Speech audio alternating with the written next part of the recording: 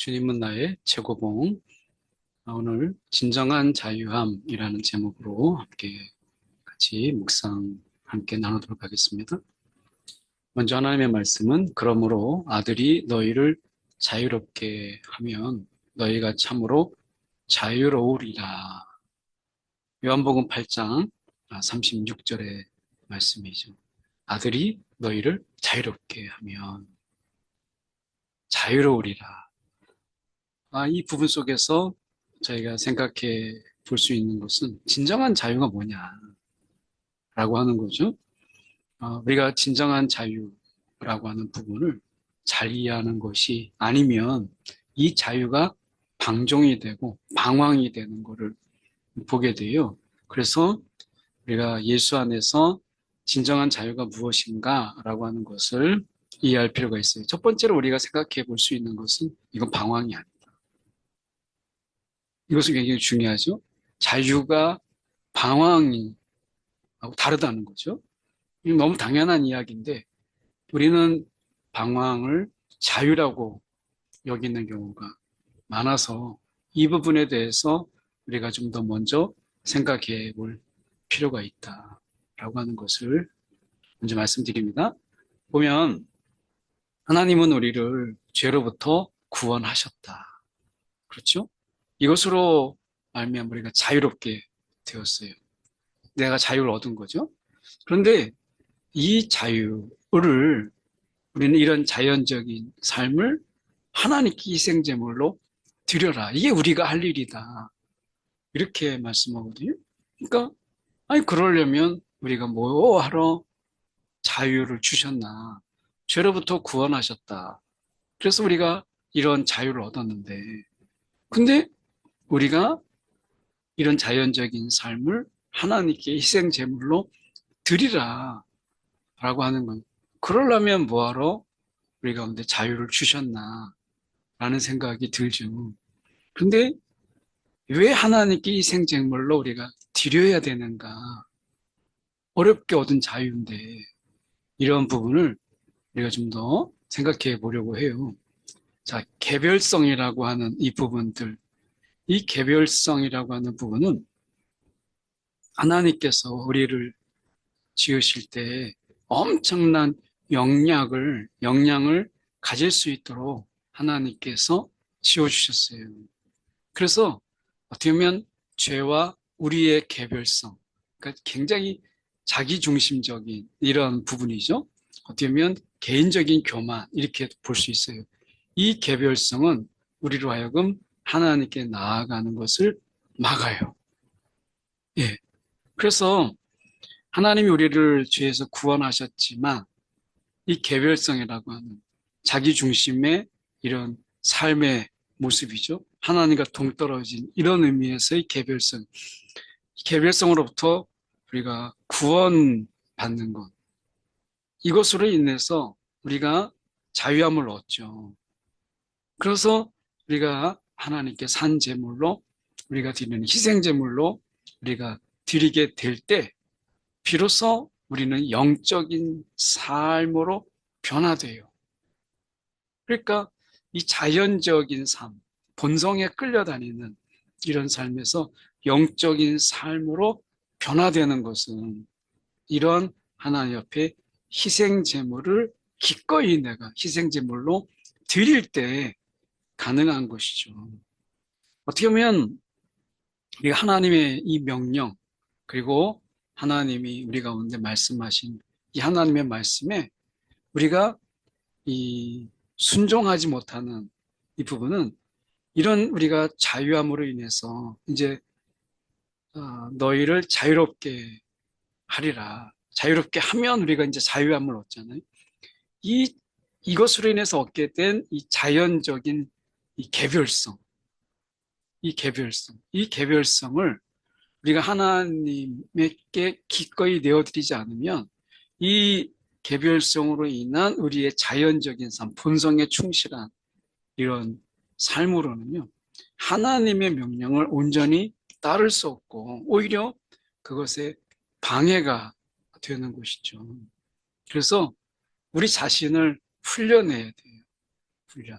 그래서 우리가 하나님 앞에 이렇게 훈련함으로 인해서 우리가 방황하지 않고 방황하는 생각도 하지 아니하고 우리가 하나님 앞에 인격적인 이제 어떻게 보면 인격적인 본성 우리 가운데 이제 그 인격적인 본성을 따르는 데 있어서 진정한 자유함을 얻게 돼요.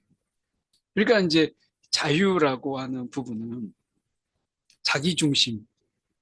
이제 내가 구원받았으니까, 내가 이제 회복됐어라고 하는 이런 개인 중심의 이러한, 그럼 그 속에서 나는 독재자죠. 내 중심의 삶. 이것은 독재예요.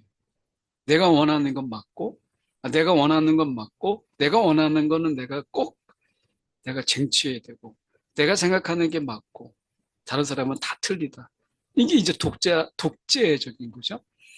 근데 이 독재적인 어떤 음성을 듣지 않고, 회복된 인격적 본성을 따르는 하나님의 우리가 이제 형상을 입은 그런 우리의 본연의 본성, 이것을 따르는 자유함이 우리 가운데 있어요.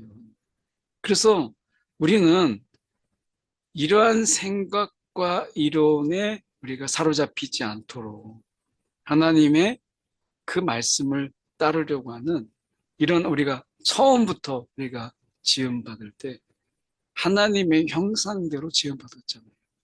그래서 우리가 개별성이라고 하는 자기중심의 이런 그 자기 통치, 자기 안에서 자기가 왕이잖아요. 이런 독재자의 음성을 듣지 않고 인격적 본성, 하나님의 형상에 걸맞는 우리가 하나님께서 우리 가운데 주신 그런 본연의 이 본성을 따르는 거죠. 여기에서 오는 진정한 자유가 있어요. 이것은 훈련으로 되어져요. 훈련하지 않고서는 안 되는 거예요. 그래서 우리가 이런 성령 안에서 성령의 도우심 속에서 이러한 훈련, 순종의 훈련, 본성을 따르는 훈련, 이런 훈련이 있을 때 우리는 비로소 진정한 자유를 거기서 누리게 돼요. 그러니까 이 진정한 우리가 이 자유함이라고 하는 것. 이것은 무엇이냐면 자연적인 개별성은 다 부서지고 내가 중립이다. 하나님과 사단 안에서 난 중립이다. 난 내 마음대로 한다. 라고 하는 이 개별성이 부서지고 하나님의 형상을 따라 지음받은 우리가 인격적 본성이 주님과 연합될 때 비로소 여기에서 우리는 진정한 자유를 맛보는 거예요. 그래서 성경의 말씀에 보면 내가 그리스도와 함께 십자가에 못 박혔나니 라고 말씀하세요. 이 십자가에서 그리스도와 함께 못 박힘 이것으로 인해서 우리는 진정으로 그리스도와 연합되는 거죠. 오늘 우리가 내 주장, 내 중심은 여전히 살아있으면서 십자가에 그리스도와 함께 못 박히기를 거절하면서 주님과 연합되기를 바란다면 이러한 연합은 없다. 라고 하는 거예요. 이러한 연합은 없다. 그 속에서 자유도 없어요. 진정한 자유는 우리가 그리스도와 함께 우리가 연합될 때 거기에 진정한 자유가 있어요. 순종의 기쁨, 주님과 함께하는 그 기쁨, 여기에서 누리는 거예요. 그래서 우리가 구원받은 자로서 우리를 스스로 훈련하는 일에 게을리할 필요가 없어요. 게을리해서도 안 되는 거죠. 그래서 오늘 우리가 이런 자연적인 개별성을 내가 내려놓는 이런 훈련이 필요한 거예요. 이건 우리가 해야 되는 거예요. 그래서 방황하지 않고 우리가 기꺼이 하나님의 뜻을 따르는 우리가 이제 회복된 하나님의 형상 그것으로 말미암아 주님 따르고 주님과 함께하는 이 삶을 살아가기 위해서 끊임없이 나를 십자가에 못 박는 이 훈련이 우리 가운데 요구된다. 비로소 거기에서 그리스도와 함께 내가 십자가에 못 박힐 때 진정한 자유가 거기에 있다라고 하는 것을 우리가 기억해야 되겠죠? 기도하겠습니다. 사랑에 많으신 하나님 아버지, 어, 예수로 말미암아 우리가 자유롭게 되었지만 그 자유함이 오히려 방황이 되고 어쩔 줄 모르는 갈팡질팡하는 이런 삶의 모습, 자신이 중간에서 어떻게 할 수도 없는 무기력하는 가운데 낙심하게 되는 영혼들을 보게 됩니다. 오늘 우리가 스스로 훈련하는 일에 게으르지 않고 끊임없이 그리스도와 함께 내가 십자가에 못 박혀서 그리스도와 함께 오늘 연합되는 그 속에서 우리가 누리는 진정한 자유. 이것이 우리의 기쁨이 되게 하여 주옵소서. 살아계신 예수 그리스도를 받들어 기도드리옵나이다. 아멘.